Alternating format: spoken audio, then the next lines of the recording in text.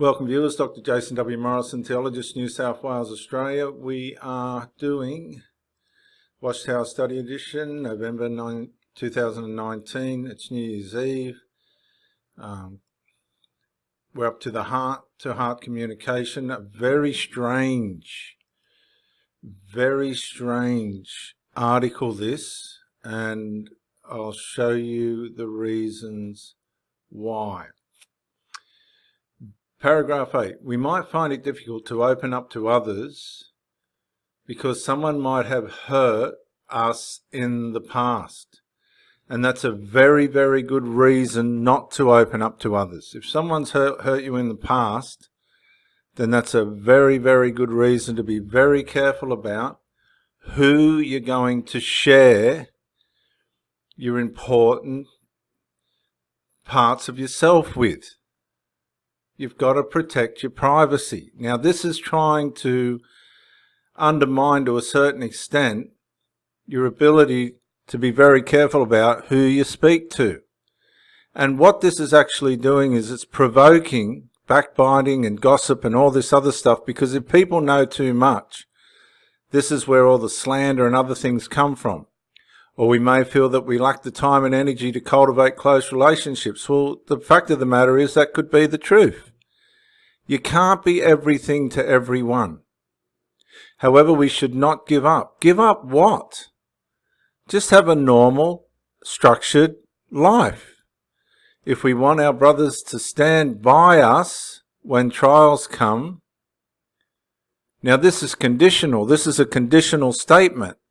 If we want our brothers to stand by us when trials come, we must learn to trust them now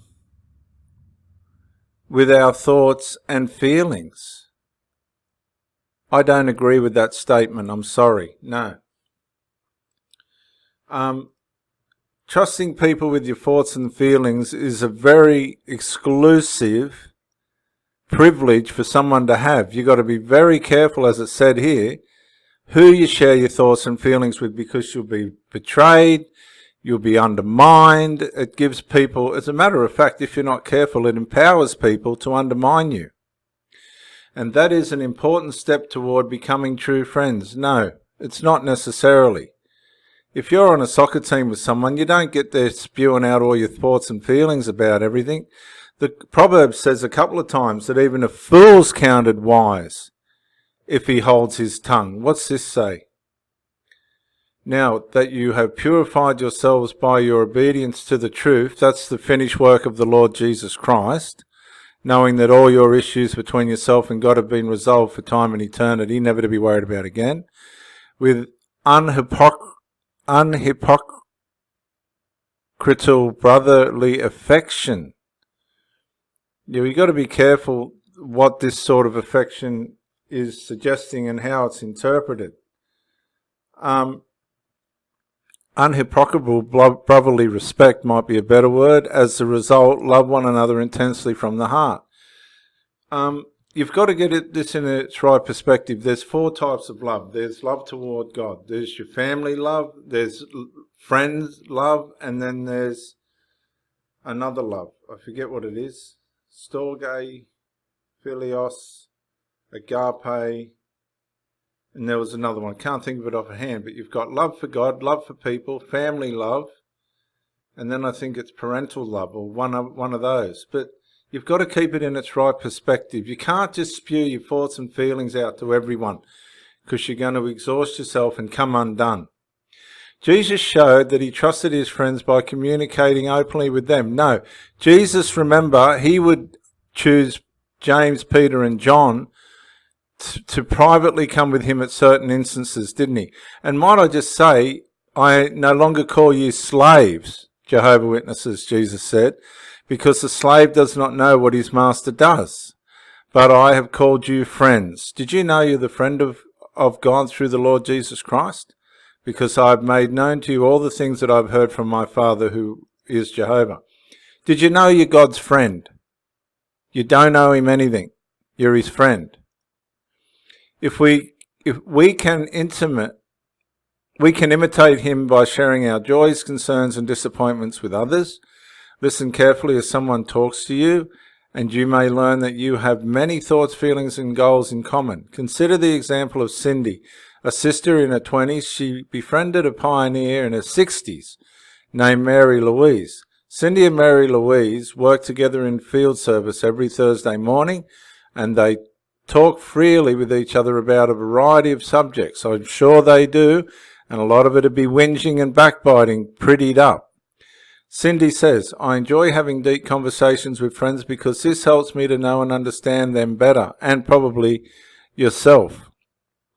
Friendships thrive in warm atmosphere of open communication. That's true, as long as it's constructive. Like Cindy, if you take the initiative to have warm and open conversations with others, your friendships with them are likely to grow. And Proverbs 27:9 says, oil and incense make the heart rejoice, so does sweet friendship springing from sincere counsel. And notice the sincere counsel. You can't just throw out and spew out your thoughts and feelings to everyone, because you will at some stage get hurt. You will get hurt, as you did in the past. So there's a certain amount of wisdom connected to this. We'll watch some videos now. Hello. So today I want to talk about a topic: are all Jehovah's Witnesses sad? I've been seeing a lot of videos lately about the depression amongst Jehovah's Witnesses and the suicide rate being really high among witnesses. I especially think the suicide thing is more towards the people that have been disfellowshipped or shunned by the current group and don't have anywhere else to go. So yeah, they would be more depressed. There are also those depressed among the ranks currently, and I did know of a lot of people that were taking medication, but I was thinking there seemed to be a lot of people that weren't really that sad. And so it made me wonder, what's the difference between a Jehovah's Witness that is happy or sad? And when I really thought about it, I think the difference is the motivation for why someone is one of Jehovah's Witnesses. And there are many different reasons why people would choose to be a witness, and I did write a few of them down. Power being one of them. If you're a person in power, like say circuit overseer, an elder, you do have this power among people, and that's kind of an ego-driven reason to be a Jehovah's Witness. And I'm not saying all elders are doing this, but some of them I would definitely say are. But I've noticed that they make a practice of tearing you down, like the world hates you because you're not its own. You kind of feel not good enough if you're not reaching your quota of time. They tear you down, but then they say only Jehovah's organization could love you. So they make you feel insecure about who you are, and they're the only place that you can go to. So you, of course, look to them for guidance. And I think they feed on that power. I think that some of them really do like doing that. They like that people look up to them, and they don't mind knocking you down a few rungs just so you could climb up the ladder that starts at their feet. Let's see. The next one would be admiration. There's a lot of people in it for the admiration of it. If you hold some sort of a title, like you're a ministerial servant, a pioneer, or anything else like that, they really look to you as an example, and people admire you for it. That you gave up a job or did something else for the service of Jehovah. And there's people that really, I think, thrive and feed off of that sort of attention. And what I found, most people that are kind of like that, you'll see them maybe kind of being braggy about it. Like they'll let you know the hours that they turned in, how many Bible studies they have, and they can take care of their household at the same time. You'll just see them kind of be really braggy about it because they want you to say, oh, you have it all going on, and they feed off that admiration. And then there's another kind of person that I knew quite a bit of them, that they don't mind routine. And I think that they actually prefer having a routine Being one of Jehovah's Witnesses, you know exactly what's expected of you, and you know the rules to follow. People I would put in this category are usually very highly organized. They love their organization.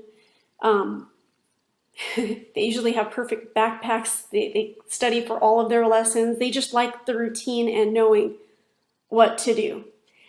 And then you have your social butterflies. And I think when it comes to your social butterflies, the doctrine really doesn't matter to them. And that's why I think you'll never reach some of these people, because when you boil it down, they're not in it really for the belief of it. You could change it how many times you want to, but they're fulfilling that need of community and friendship. So they'll put in their time and they have a great time doing it because they're with their friends. You have your get-togethers and you can still drink every once in a while, but even if you're not one of those kind of people, you're still getting social benefits out of it. So I think doctrine comes secondary to fulfilling any of those needs. I think the people that are most unhappy being Jehovah's Witnesses, and I can only speak for myself because I have felt this way, and it's before I ever looked up anything apostate on the internet at all. You just feel like you're never going to live up to what's expected of you. Your service time, like especially I worked full time, had to take care of a newborn baby, your house, and by the end of the week, I felt like I didn't have anything left to give, but you're still expected to go out in service, go to your meetings, and it felt pointless to me because I'd wake up early, get my family dressed and out in service, and nobody would answer the door. It just felt so pointless to me, and I wouldn't say that I was depressed. I'm a pretty happy person by nature, so it never got me down so bad that I wanted to take the happy pills. But it felt pointless, and I did really feel like I was in a rat race.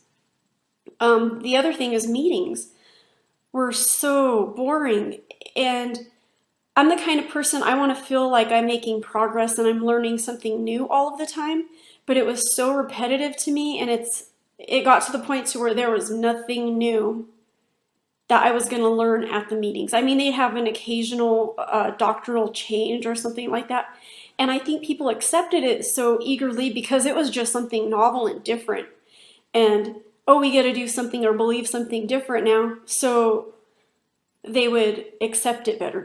I think, in my opinion, it was just because it broke up the monotony of listening to the same thing over and over and over again. But I did notice there's like a codependent kind of a thing going on, especially in the power department. There are people that it seems will want to tell you that you're not good enough and tear you down, and they do it on purpose. If someone does this unintentionally, you can maybe have a little bit of forgiveness to them, but I think there are people that intentionally want to break you down into pieces, make you feel kind of worthless, and then you're going to be willing to do whatever they say to make it better. Jehovah's going to love you, but you're going to have to get your time. You're going to have to study for all of your meetings. I've never been an organized person. I've never liked routine that much. So all of that stuff, I felt like I wasn't living up to it, because even in school, I finished my homework the night before a lot of the times. I didn't have everything done, and it was just so much and so overwhelming that I thought I was never going to get it done. But now I know that that's part of the design, to keep you feeling insufficient and on that. Because even if you're the kind of person that does it all, it takes up a lot of your time, and you don't have time to really think about anything else. And if you really look at what you're studying, it's still nothing very different. And what you studied 10 years ago, heck, what you studied 3 years ago is completely obsolete and different today. So all that time you spent underlining, getting your kids to prepare an answer, you could throw all that and throw it out the door, and none of it really applies to the beliefs as they are today. So it's just a perpetual machine that's designed to keep you busy and their pockets full. And I don't really even think that's just in my opinion. I say anyone that looks at the real facts and honestly asks the right questions, you'll find that to be true.